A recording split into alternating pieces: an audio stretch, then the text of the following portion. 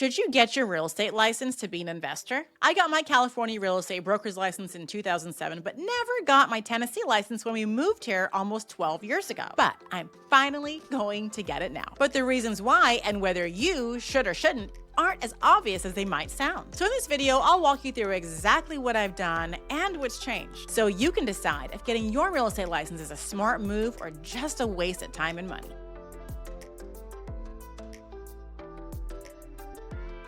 One of the biggest reasons why people want to get their real estate license when they become an investor is because they want to get a better deal and they want to save money. And while that logic didn't really hold up in the past, that's changed very recently. See, prior to 2024, getting your real estate license just to be an investor didn't make financial sense. Why? Because sellers typically paid the buyer's agent's commission. So as a buyer, you were already getting full representation without paying a dime out of your own pocket. It was free. So unless you were flipping homes, there wasn't a strong reason why financially you would get your license. If you are buying properties and not selling them, the only way to make money from you getting your real estate license was by either representing yourself and earning your buyer's agent's commission, because that would be you, or collecting a referral fee, like around 25%, and passing your deal on to another agent to represent you. But if you weren't buying or selling multiple properties a year prior to 2024, you getting your license as an investor just didn't make sense, especially when you factored in the near $2,000+ it costs you every single year just to keep your license active. You have to pay broker fees, MLS access, insurance, and anything else you might need. When I moved to Tennessee, we were only buying 1 to 2 rental properties a year. So instead of getting licensed in Tennessee, I just kept my California license and used that to get referral fees on the properties I would buy. It still allowed me to earn something, but not have to really be fully involved or spend that $2,000 a year to keep my license active hanging in a broker's office. But now everything has changed. In March of 2024, the National Association of Realtors announced a major settlement that would restructure how commissions would work. As of July 2024, sellers are no longer required to offer compensation or commission to the buyer's agent. So that means if you're the buyer of the property, you may now be required to pay your own agent the full commission. It's no longer coming from the seller. But if you're licensed, you can represent yourself. You can eliminate commission altogether from the negotiation. You can pay yourself through the deal, or at the very least, control how the commission's handled. So actually now, today in 2025, having your license as a buyer of real estate can absolutely save you money. But if you're investing out of state, it still might not be worth it, because it's really difficult to represent yourself in a market, in an area that you don't live in and have your license in. And while that's nice to have that little extra 20 to 30% of the commission, it might not justify the time, the cost, and the upkeep of holding that license. So now let's talk about a really common misconception that's very popular among new real estate investors. They say,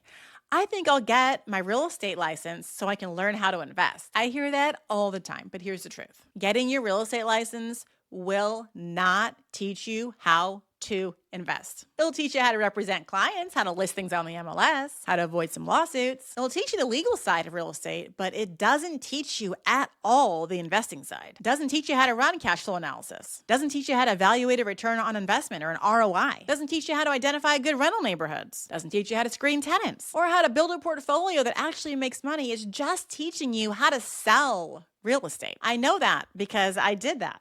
I got my real estate broker's license in California back in 2007. I wasn't investing then. I was a real estate agent. I helped home buyers buy properties, and I did help real estate investors find short sales and foreclosures after the market crash. And I learned a lot from doing real estate, but it was from the investors that I worked with. None of that came from the coursework in getting my license. It came from the exposure, came from being hands-on. And the more that I worked with these investors, the more I realized that I didn't want to spend my time working for them. I wanted to be them. And being a real estate agent, helping buyers find their dream home wasn't going to get me that experience. When you are a real estate agent and you have your license, you have to host open houses, you have to chase leads, You have to do marketing. You have to work nights and weekends. And I didn't really like doing that. So if you're thinking about getting your real estate license because you want to be a real estate investor, I'd ask you to slow down and think about actually what it is that you're hoping to learn. Because if it's investing skills, there are better, faster, and way more effective ways to learn that. You can take a course designed for investors, work with a coach or a mentor, start analyzing deals on Zillow on your own, or the best one, buy one rental property and learn by doing. But don't assume that a salesperson's license is going to turn you into a great investor, because it does not teach you the things you need to learn. So with all that in mind, when is it actually worth it to get your real estate license? Well, here's the signs that you can look for to help you determine if right now is the right time to get your real estate license if you want to be an investor. If you're buying multiple deals a year, and might be time to get your license. If you want the ability to schedule more showings and have more control over the length of time that you're in properties, spending your time doing walkthroughs without having to bug other agents, it might be time to get your license. If you want to keep more of the commission and you're buying enough deals to make it worth it financially, it might be time to get your license, because now buyers are responsible for paying their own agent's commission. So might as well be you. If you've already got a handle on contracts, if you're not a new investor, go ahead and get your license. So now let's talk about when it's probably not worth it to get your real estate license if you want to be an investor. Because for a lot of new investors, getting your license just slows you down, and it really isn't a good idea. You probably shouldn't get licensed if you're brand new and you're just getting into real estate investing and you're learning how everything works. If you're only planning on buying one rental property a year, it also might not be worth it depending upon the price point, because remember, it's going to cost you at least $2,000 a year to keep your license active. It might not make sense if you're only planning on buying one property every few years. It also might not make sense to get your real estate license if you have to invest out of state and you can't utilize your license in the state that you work in. You're not going to be able to represent yourself anyways, and you won't be able to take advantage of saving on a full commission. And you definitely shouldn't get your license if you're thinking that getting your license is going to teach you how to invest, because it won't. On top of all that, a lot of brokerages nowadays require their agents to attend weekly office meetings, host open houses for other agents. They have quotas for how much property they need to sell, or they're off the team. You have to split your commission, so you're not going to get the 100% commission you think you're going to get. And you've got to participate in lots of training. And if you're a new investor, that's great. But remember, this training is teaching you how to sell real estate, not how to be an investor and buy it for yourself for profit. So if you're really early in your journey and you are a new real estate investor, I really don't think personally getting your license is the way to go.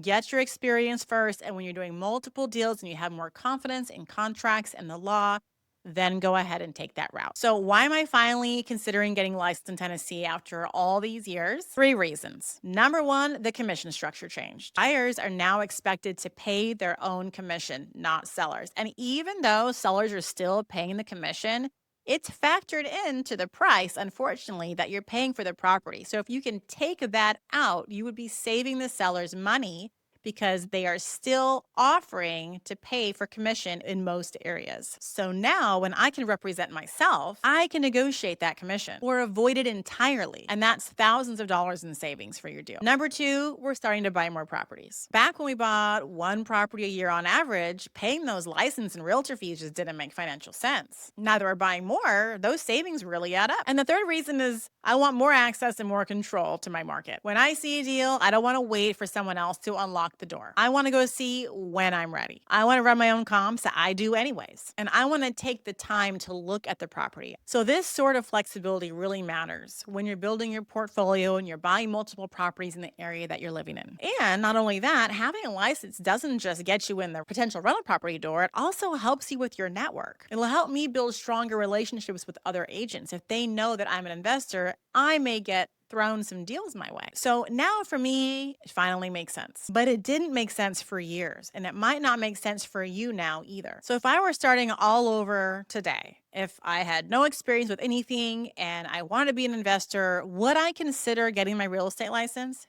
The answer is no, not right away at least. If I were starting today, I would skip the license because that's just a distraction. And I would focus on these things: learning how to analyze deals, understanding what makes a great rental neighborhood, finding A+ plus tenants, because remember, they're your number one team member. Building strong relationships with other real estate agents, with local lenders, contractors, and property management companies. And I would work on buying that first rental property. And then once I had that experience and I was cash flowing and I knew my stuff, then I would have a clear reason why I should go pursue a real estate license to scale. Now, here's one more thing that people don't really think about, and I think it's pretty important. When you have your real estate license, you are held to a higher ethical standard and code of conduct. You sign it when you join the National Association of Realtors. And while yes, you should be ethical in every deal no matter what, once you're licensed, there's legal liability involved if you don't uphold that standard. So it becomes a responsibility. So be an investor first, build your portfolio, get some wins under your belt, and then pick up those extra tools when you actually need them. And if you want to avoid the biggest traps, the biggest mistakes that new real estate investors fall into, I made a whole video breaking down the 5 mistakes that I made when I started out. I'll put it right up here and I'll link it in the description below. So if you enjoyed this video, please do all the things, hit like, subscribe, comment down below, and let's keep building your wealth brick by brick.